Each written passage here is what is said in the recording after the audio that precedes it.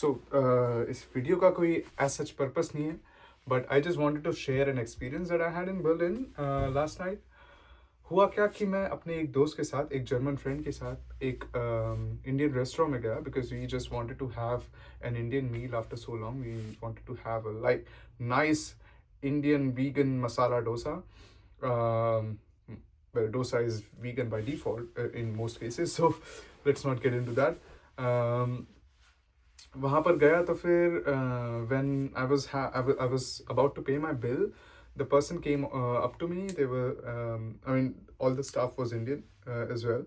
um, they came up to me and they asked me one question, that where are you from? I said I'm from Delhi. I asked back, where are you guys from?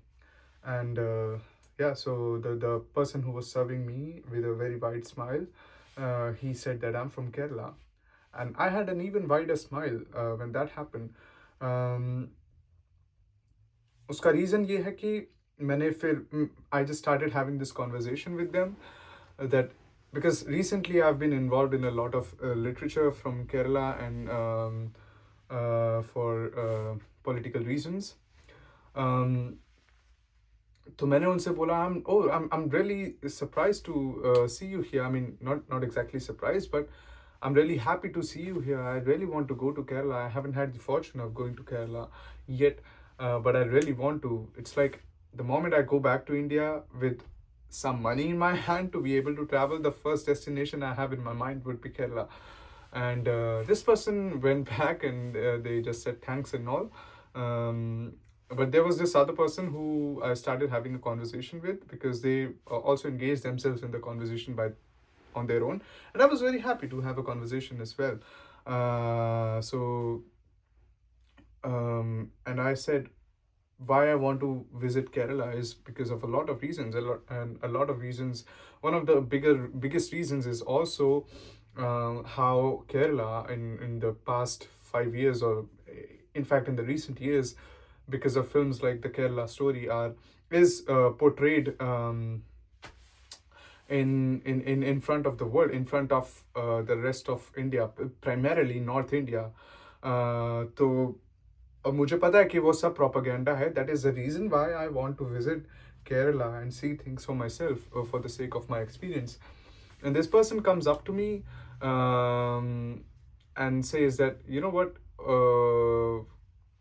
they were we were not really talking about the film, but we were saying things like how Kerala is very corrupt.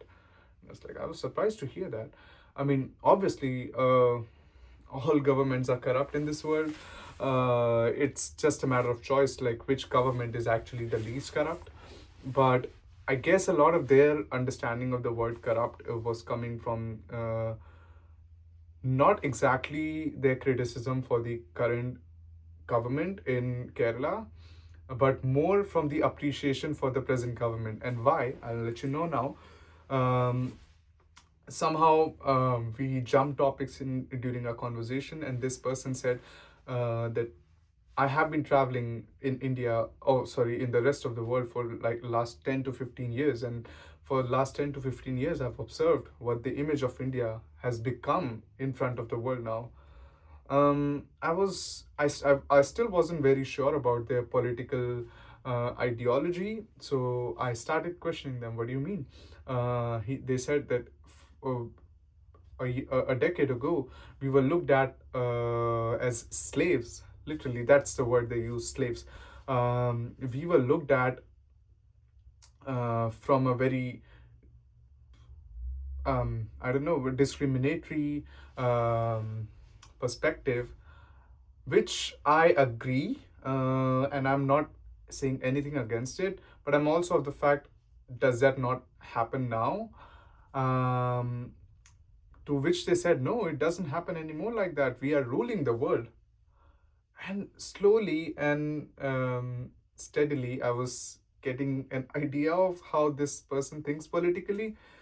And I asked them, if you think that's the case, I did not deny, I did not outrightly criticize them or, reject their idea, but I wanted to ask, okay, if you think that's the case, why do you think it's happening?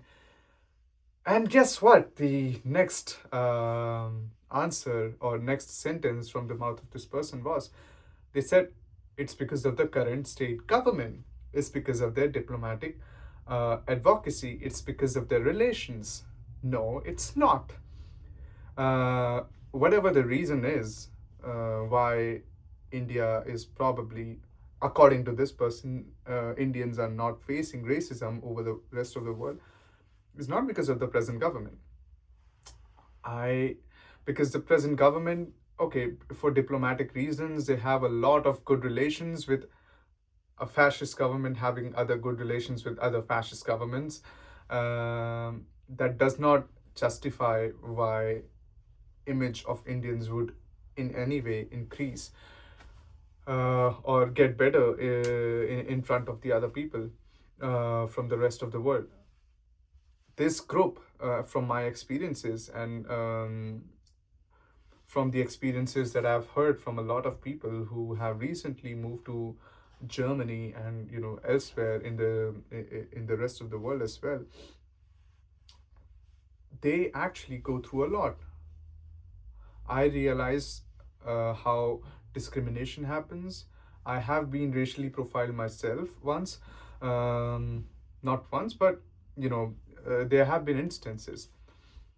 But this person thinks that in front of the rest of the world, Indian image is now the best image in terms of diaspora, which is not really the case.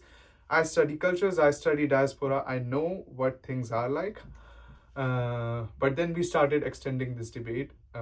Now we got into the debate mode, and I started saying things. If you think that's for the diplomatic reasons, how far are the is our diplomatic reasons justified? Because a lot of these ideas along the line where people say, um, love the country that you live in or live in the country that you love. Oh, sorry, it's something like live in the country that you support or leave the country, something like that. But you get the idea. I'll just put it in quotes somewhere, probably. Um, but yeah, this ideology that has been going on over social media as well by a lot of um, right wingers. Uh, I realized that this person thinks with the same ideology, same nationalist mindset. And I asked them, if you think, what's happening uh, to India in those areas is justified, what would you say about the killings of thousands of children every week that's happening in Palestine and now Iran? To that they said, see, you have to think about things from the perspective of the country. And I said, no, just talk about the very idea. Do you think that's justified? Uh, I brought this up again and again and again, but this person always jumped towards other areas where they said, um, but that has to happen. Casualties have to happen for the sake of wars. Wars have to happen for the sake of geopolitical reasons, this and that, and that's when I realized something, that I don't think I can, I have no hope in this person anymore, which I wrongly assumed to be a very erudite person, coming from a very erudite state of India. Uh, um, so I asked them at the end of this conversation that what would you say about the concept of Hindu Rashtra? Do you believe in the concept of Hindu Rashtra? And they said, yes, I do. And I felt like, okay, that's the end of the debate for me. I declared that in right in front of that person. That's the end of the debate for me. I come from a Hindu family myself. I have been brought up and raised up in a Hindu household, but that does not mean that I also support the concept of one religion ruling over the other religions in a country which has 1.4 billion people. No, Everybody who thinks Hindu Rashtra or Hindu nationalist state over secularism is something that should happen in India,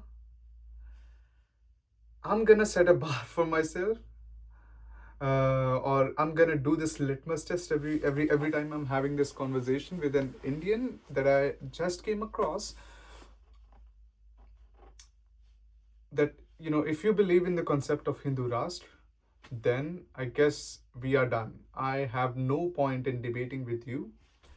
You are someone who believes that the country should not run by the constitution drafted by Bhimrao Ambedkar, but instead by Manusmriti, which a lot of your leaders, or a lot of people you preach, no, not preach, but a lot of the people you follow, whose ideologies you follow, um, like if I had to name the person, Savarkar, obviously. If those ideologies which are embedded in Manusmriti, if you think that's more important to run the country, and that's more significant to run this country of 1.4 billion people, then I am in no way going to debate with you. You, if you're very educated and you still think like that, then your education is no good. And I've had this debate with other friends as well, that if that's what you think, then and if you're pursuing a PhD, then stop doing your PhD. If you believe in the idea that genocide is justifiable just because, uh, for diplomatic reasons, your leader is having dinner with their leader, then you have lost all humanity. And I will no longer engage in embedding or offering any education to you, because I cannot do that. I realize that in a matter of 15 to 20 minutes of conversation, I can never actually um,